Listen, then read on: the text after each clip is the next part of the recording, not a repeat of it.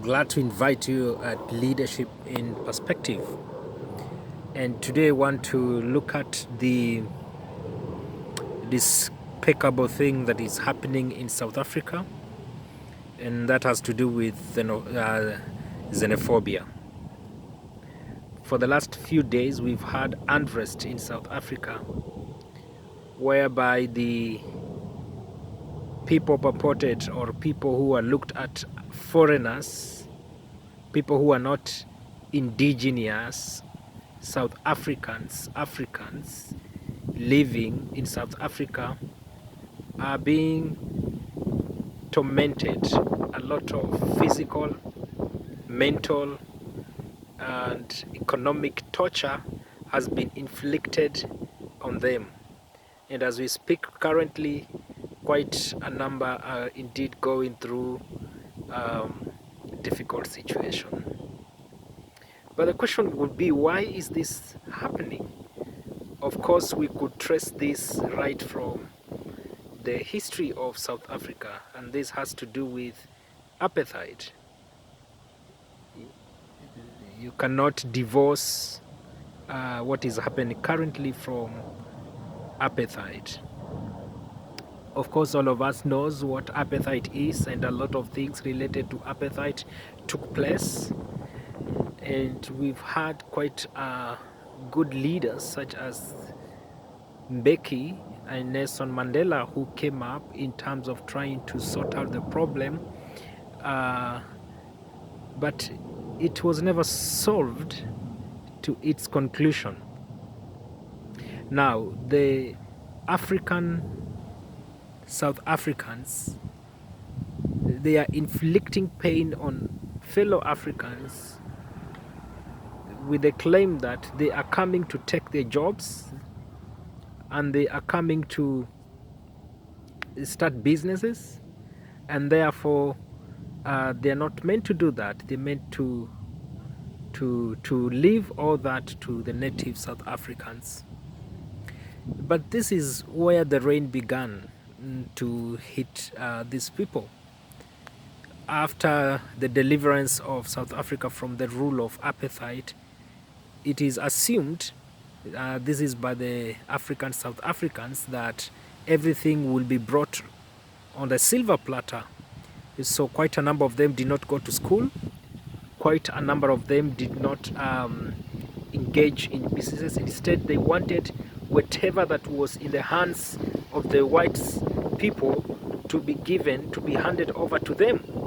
Therefore, that really instilled in them a certain kind of reluctancy that made them not to go to school, despite of having one of the best universities in Africa and one of the best education systems in Africa. So this grew over time, and of course we had quite a number of Africans coming from other African countries going to South Africa to take advantage of such education system, and that means they landed on good jobs. And quite a number of other Africans who came to South Africa, they came to South Africa as professionals who came to South Africa on merit, on meritocracy, on the basis of having applied for these professional jobs, and they got it and they came. And others came typically for business, whether on small scale or large scale, but they came for business. Of course, we have others that came because the neighboring countries had unrest, and that made South Africa to be a source of refuge. And so that happened, but eventually things have developed and things have taken different shape, and now the native South Africans, they are saying, we do not want to see you, we want you to leave the country and leave it to us. So there is the aspect of education. The other aspect, of course, it is political, and this has to particularly do with ANC leadership. The current leadership, during campaign sessions, they campaigned and said that we are going to bring back the jobs, we are going to bring back the resources that are in the hands of Africans and back to now the Africans, the native Africans who were South Africans.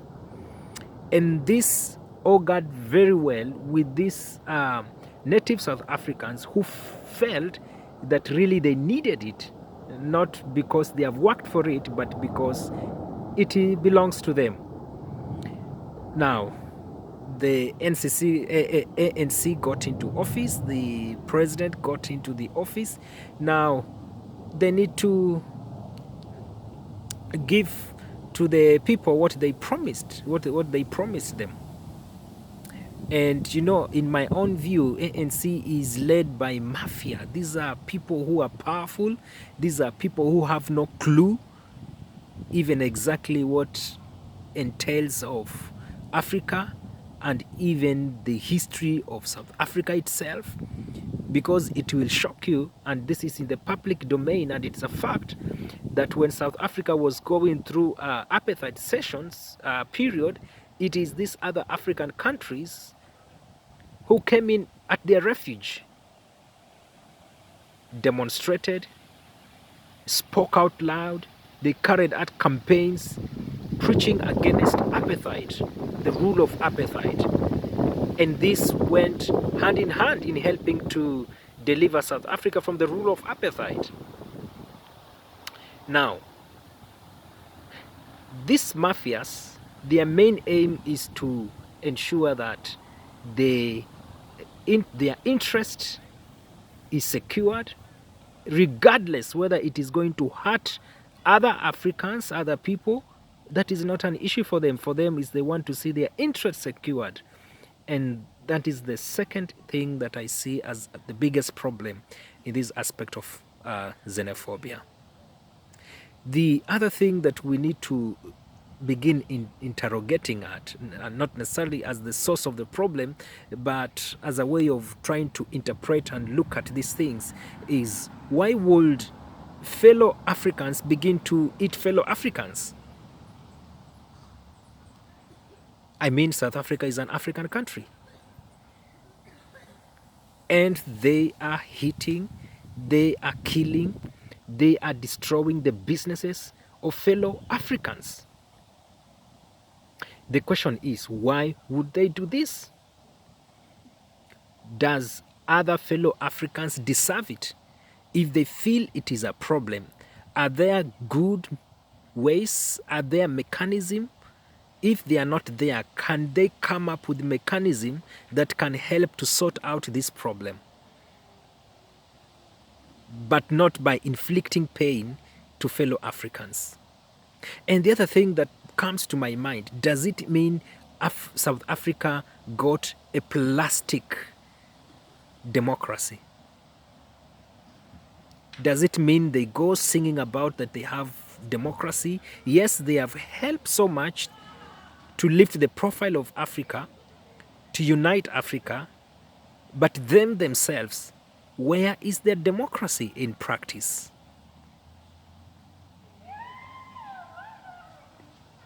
We need to see it in practice. We need to see it happening. We need to see it being implemented and helping the country, subsequently the entire Africa. Friends, South Africa needs to begin interacting with herself, begin to ask herself very difficult question, beginning from the president, going down to all the common citizen. Where is this kind of democracy that they got? Because for me, it's turning out to be a plastic democracy. The other thing, throughout all this process of xenophobia, where are the leaders?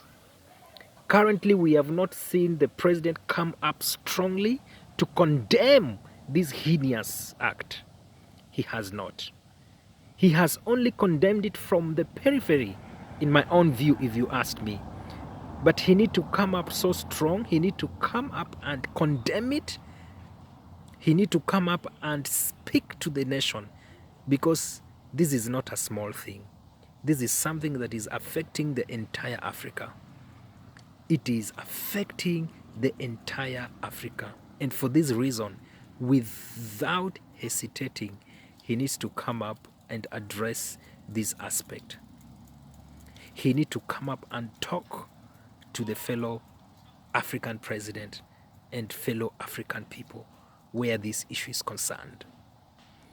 We want to see the president spirit of Africa, Pan-Africanism, the spirit of democracy, the spirit of economic liberation that is done on the scale of modernity, not on the scale of parochial mindset.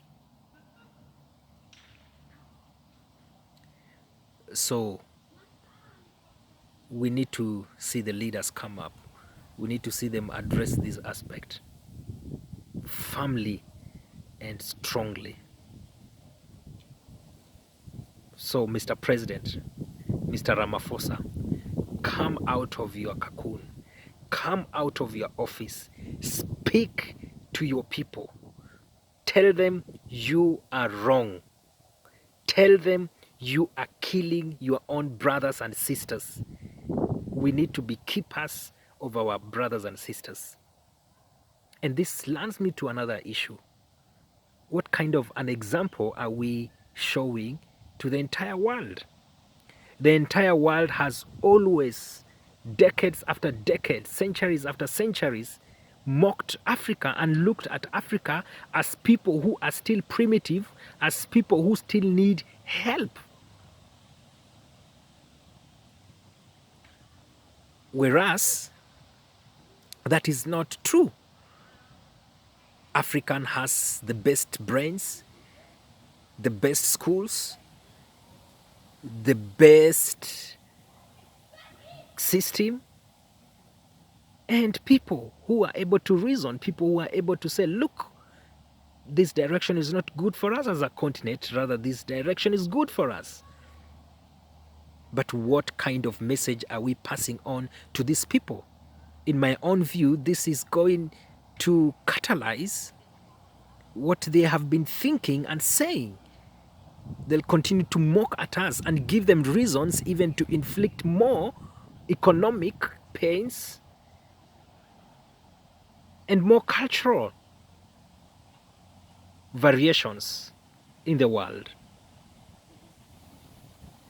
So really, I know other African countries, we have issues, but where this one is concerned, it is an issue that needs to be stopped immediately. It's an issue that needs to be condemned immediately so as to serve as the best example to the entire Africa. And of course, the other thing that we need to look at it is Africa in terms of the leadership of Africa. Where is Africa leadership?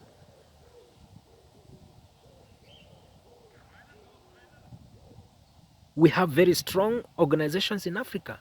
For example, AU. Where is AU? Where are these regional blocks? Why have they not come up strongly to speak to South Africa and tell them in clear terms, you are wrong and you must stop what you're doing? We need to see this thing happening as soon as yesterday.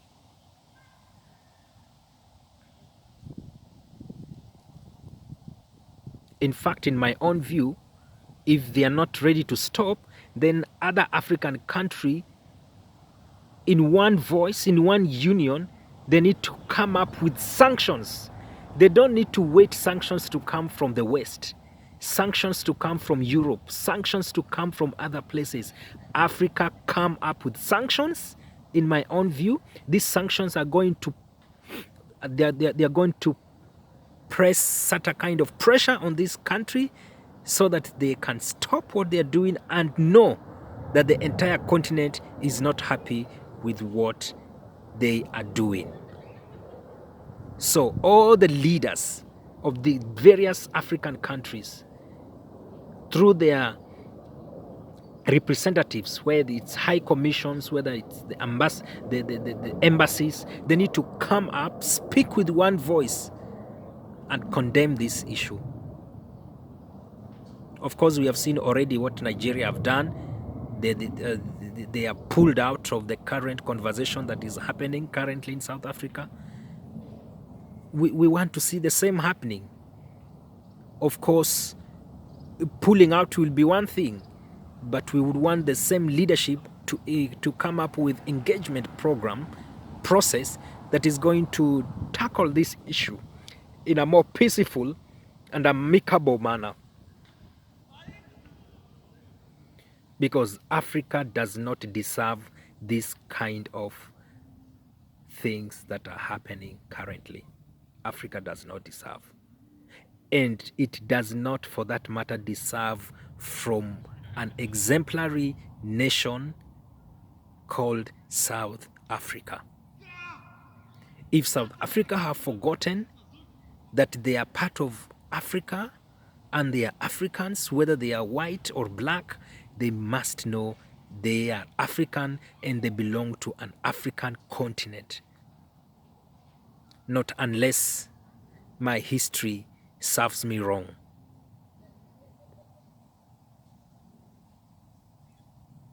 So things must change, and this must come to an end. This must stop.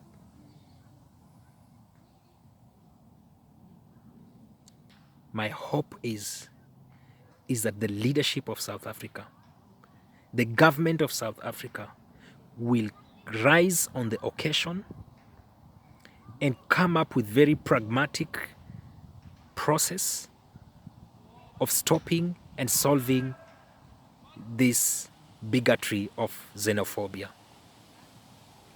They'll be able to appeal, they'll be able to convince their people, and for that matter, on the way forward, they need to come up with a program of educating their own people.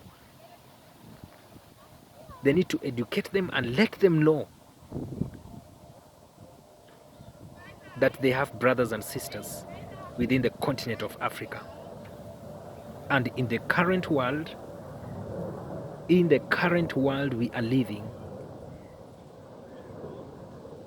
in the current world, I will insist on that, in the current world we are living, really, resolving to such a means of airing your voice, it is completely outdated. So they've destroyed business, they're killing people. So at the end of the day, what do they get? It is time to rise up. I would like this message to reach out to each and every person.